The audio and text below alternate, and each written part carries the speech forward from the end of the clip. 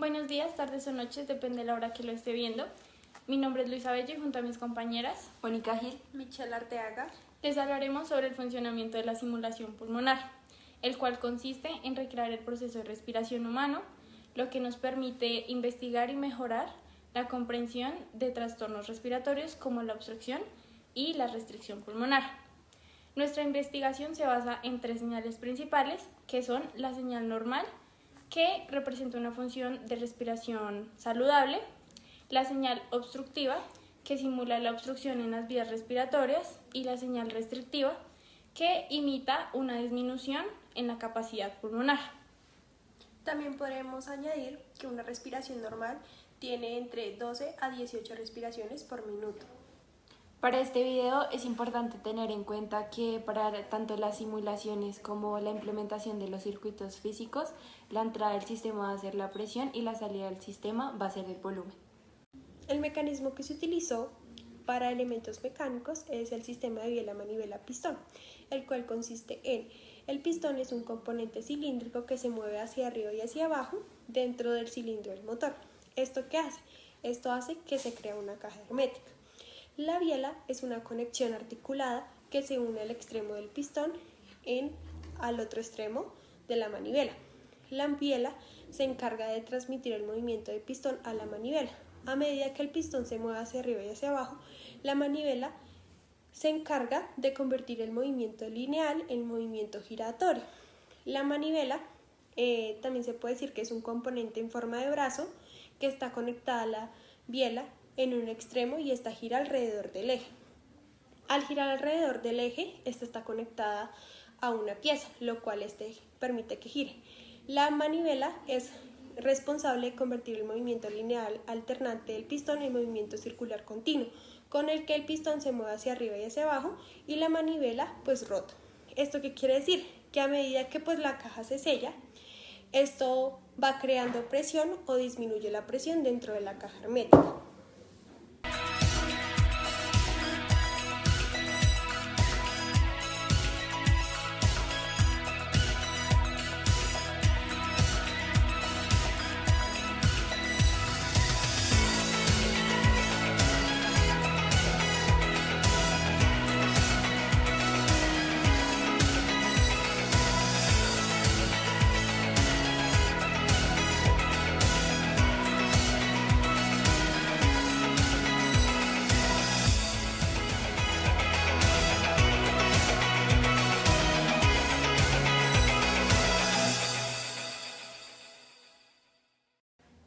El diseño que se implementó para la simulación es una back inbox, en la cual la caja simula el tórax y la bomba simula el pulmón.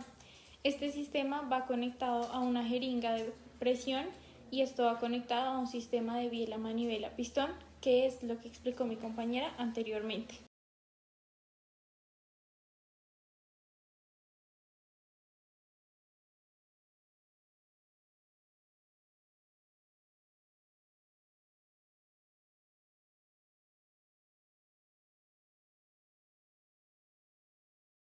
Para este circuito físico podemos decir que se conecta el positivo y el negativo de la fuente a un voltaje de 5 voltios.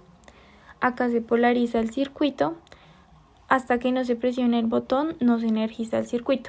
Utilizamos un 555 para generar la onda cuadrada y dependiendo la frecuencia que se utilice se cambia el capacitor.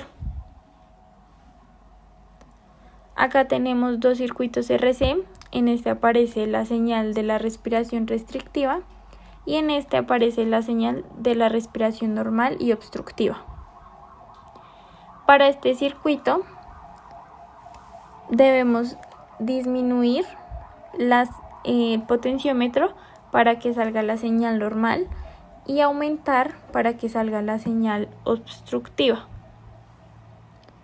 Para el otro circuito RC se utilizó otro pulsador para que la corriente cambie de camino y active la señal restrictiva. Bueno, para esta parte les voy a explicar la simulación de las señales y la simulación de los circuitos físicos. Entonces, inicialmente se tiene que, la primera señal es la presión y esta es simulada por el tren de pulsos. Para un tiempo determinado, tenemos que la entrada del sistema es la presión y la salida es el volumen. Entonces, las simulaciones que les mostraré más adelante corresponden al tren de pulsos, a la respiración normal y a la respiración obstructiva. Entonces, bueno, la primera es el tren de pulsos, la segunda es la respiración normal, que es como los pacientes la deben tener en casos normales. Y la tercera, que se observa en la parte inferior de la imagen, es la respiración obstructiva. En esta, el volumen se muestra en fase inspiratoria y expiratoria, es decir, que mientras la presión es positiva, se realiza la inspiración durante 1 segundo. Al otro segundo se realiza la fase expiratoria producida por la caída de presión. El ciclo de volumen se repite continuamente dependiendo, claro está, la primera señal, que es el tren de pulsos, que hace que sea continuo. Bueno, para observar las señales de los circuitos físicos, se tiene que tanto la señal normal como la obstructiva tienen el mismo circuito, como lo dijo mi compañera anteriormente. Lo único que se le modifica es el valor de la resistencia, pero para no tener que armar doble circuito, tenemos la resistencia, y al aumentarle el valor de la resistencia es cuando se va a modificar la señal para que salga la obstructiva. Entonces, a continuación les voy a presentar la señal normal y la señal obstructiva.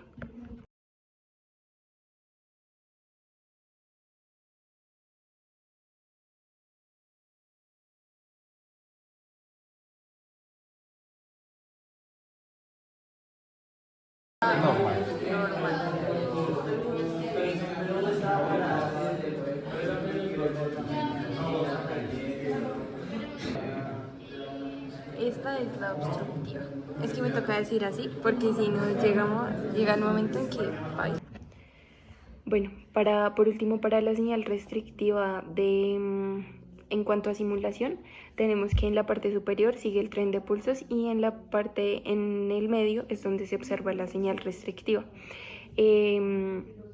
Acá básicamente nos fijamos en un circuito RC que llegará hasta cierto punto, que sea la carga del capacitor hasta cierto punto, llega hasta el máximo y ahí desde su máximo empieza a disminuir.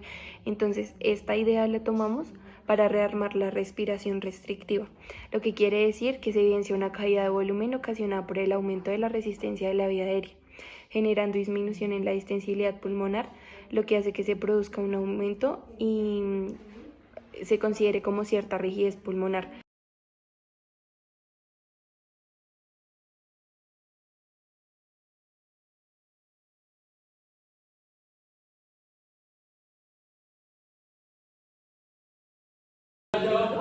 Esta es la restrictiva y en esta cambia ¿cuál? La resistencia al condensador. El condensador. Bueno, por último podemos concluir que mediante el aprovechamiento de la tecnología informática existente se pueden realizar simulaciones aplicadas a la modelación de sistemas fisiológicos, dejando una puerta abierta al uso de los software de simulación como aporte al desarrollo de ayudas tanto en el campo investigativo como en el campo académico.